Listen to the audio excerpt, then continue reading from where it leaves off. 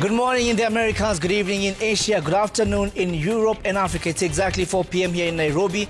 Time for Citizen TV Briefs. My name is Jimmy Mbogo. Let's get you informed on some of the stories making headlines across the country. Now, 5 chiefs from El Wak, Mandera South, who were kidnapped by suspected Al-Shabaab militia will be honored with state commendation. The chiefs who attended the Jukwaa la Usalama Security Assessment Baraza welcomed the move by the state to arm and train them in counter-terrorism technical combat in order to effectively execute their administrative duties. The chiefs further want the government to provide them with National Police reservists as security backup due to the security threats along the Kenya-Somalia border.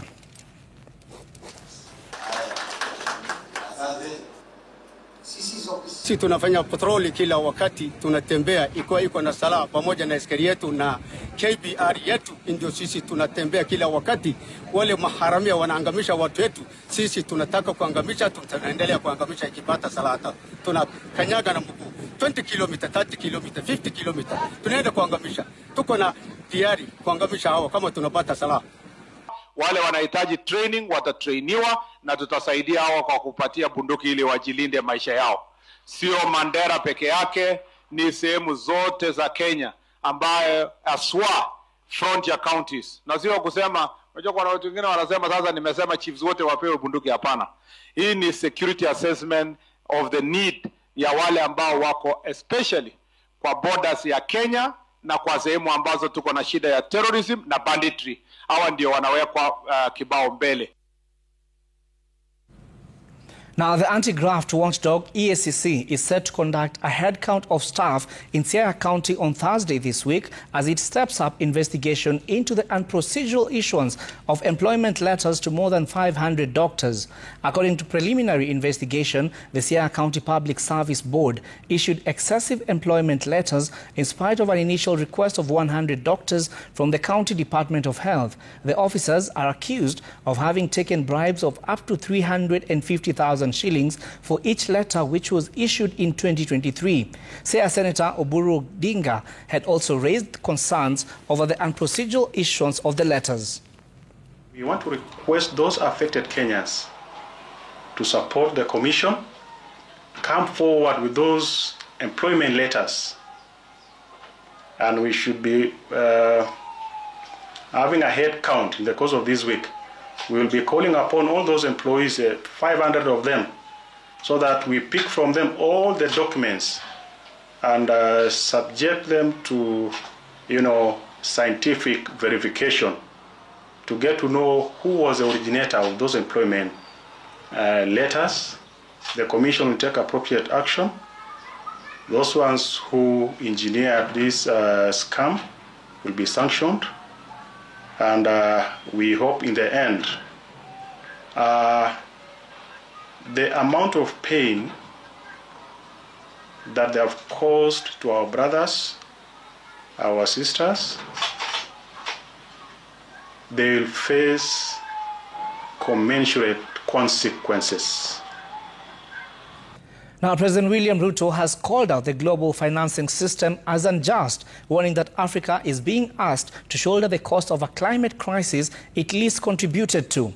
Speaking at a high-level climate finance dialogue on the sidelines of the UN General Assembly in New York, President Ruto said that the expectation that African nations fund 60% of climate action from domestic resources is unfair, especially as many of them face mounting debt, high cost of living, and devastating impacts of climate shocks. He highlighted the continent's vast potential in renewable energy, green industry, and sustainable agriculture, but stressed that their success depends on fair access to finance. Fair because much of this burden is being placed on countries that have contributed the least to the climate crisis.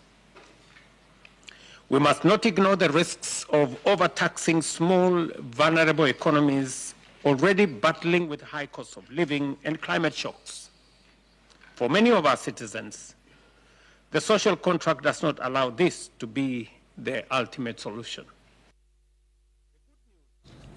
And back home to education matters, where Education CS Julius Ogamba is urging striking university lecturers to resume work, saying the government has released the 2.5 billion shillings for phase 2 of the 2021 to 2025 collective bargaining agreements. Speaking in Mombasa during the opening of the conference on status of pre-service teachers training and teachers employment in the country, Ogamba warned that failure to honor the court order will lead to disciplinary action. The CS also told lecturers that other grievances will be discussed after they resume work. And if you are in contempt, this action might be taken against you. So we are asking, we have done a lot in the sector, and we've agreed that all grievances can be discussed without us going on strike, which affects our learners. We are trying to weed out any perceived ghost students or ghost schools in our system. So we are now working very hard to ensure that we have the right data of how many schools we have in Kenya, how many learners are in which school, how many learners are in which region, and we are optimistic by the end of this week, we should have very clean data on how many students we have, how many schools we have, and that will actually affect the distribution of teachers in our country. It's going to affect significantly because we shall get very clear picture of what is going on. Now, 2 petitions have been filed demanding for compensation and justice for 21 families that lost their sons at the Hillside Endarasha Academy. Now, the petition filed by the Kenya Human Rights Commission, Elimu Bora Working Group, and a section of the parents are seeking the intervention of the court in compelling the government to take action against Ministry of Education officials who failed on their job, as well as the school administration. The commission has also welcomed a move by the Director of Public Prosecution to initiate a public inquest into the tragedy, saying that bereaved parents deserve to know what happened. Yes.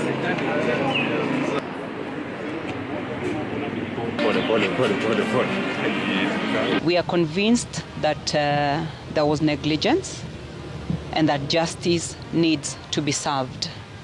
We are convinced that someone should be held accountable because someone slept on their job.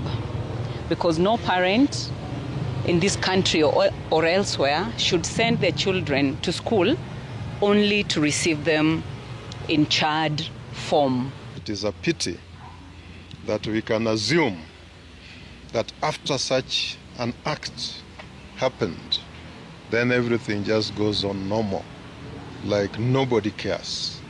We put it at the doorstep of the government that they have a right, they have a responsibility to protect the rights. Under the civil claim is where we'll be seeking the damages under the Fatal Accidents Act and the Law Reform Act for the lives that have been lost. And our suit under the civil claim mirrors the one that happened in the year 2001 in the fire that happened in Changuli Secondary. And from Nyeri to Machakos County, where the Machakos County Assembly has received a note to proceed with the impeachment motion against the County Assembly Speaker Ann Kusia.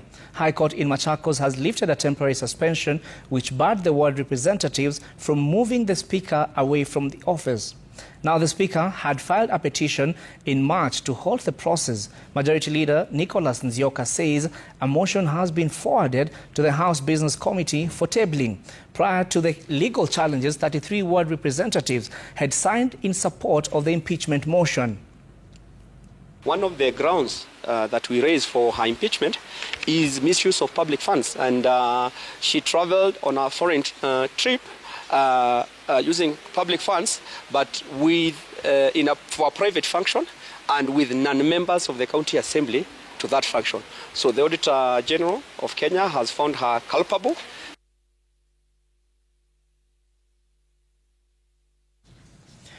All right, to some politics now, where Orange Democratic Movement says it has no preferred candidate for the Kasipul parliamentary seat. Branch Chairperson Evans Ndege says the nomination exercise set for tomorrow will be free and fair, assuring all aspirants of a level playing field. Meanwhile, other leaders and aspirants are calling for peace, urging supporters to avoid engaging in activities that could trigger violence during the primaries.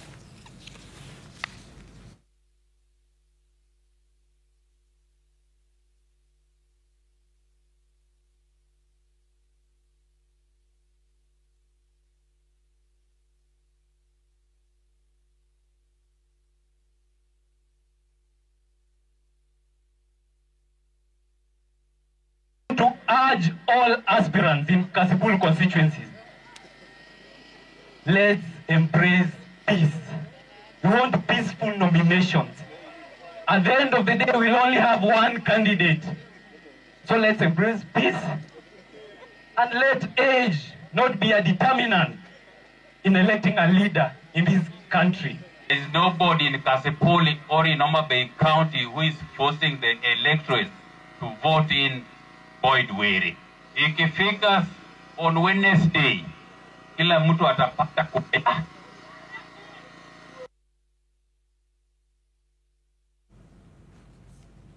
Now, 8 police officers from Maseno Police Station have been arrested in connection with the alleged theft of a motor vehicle. According to police reports, the officers are accused of stealing a Toyota Land Cruiser V8 from Maseno Police parking yard.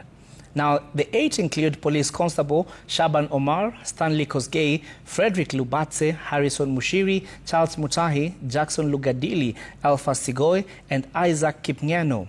The vehicle had earlier been recovered while abandoned at Maseno Shopping Center by officers from Maseno Police Station on the 10th of this month. However, it later went missing from the station, with the 8 officers accused of being behind its mysterious disappearance. The 8 have been locked up pending further probe and action.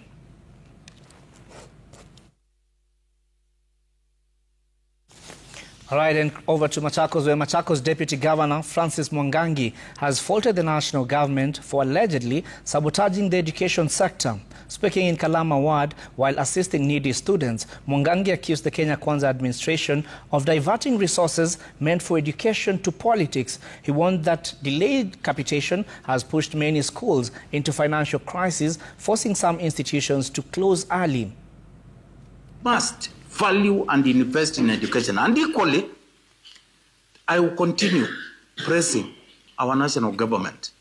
Please, there is no way this country is going to have meaningful transformation, development-wise, unless we put our resources right at the center of the education.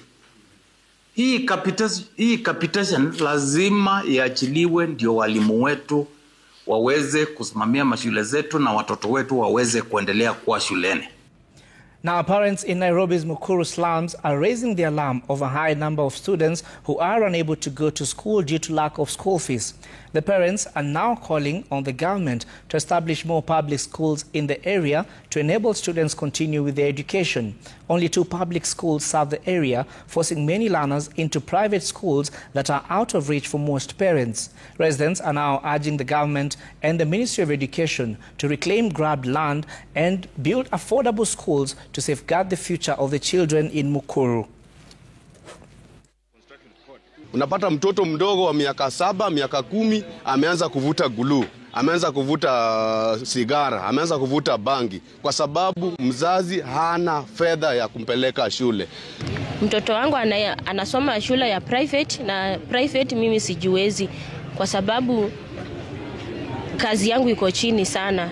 Siwezi mambo ya private. Sasa shule ya serikali siko tu 2 Njenga na MCC ndio ziko, but zingine mingi ni za private na sisi mimi siwezi. Tumekuwa tukiambiwa story na bursaries na hizi bursaries hatujaiona hizi bursaries. Sasa tungetaka kujua hizi mabursaries zinapeanangwa wapi na saa ngapi. All right, and we hope that the needful will be done on that matter. And that's all we have for you at this hour on Citizen TV Briefs. More details will be coming your way later on at 7 and at 9 p.m. Thank you for watching. My name is Jimmy Mbogo.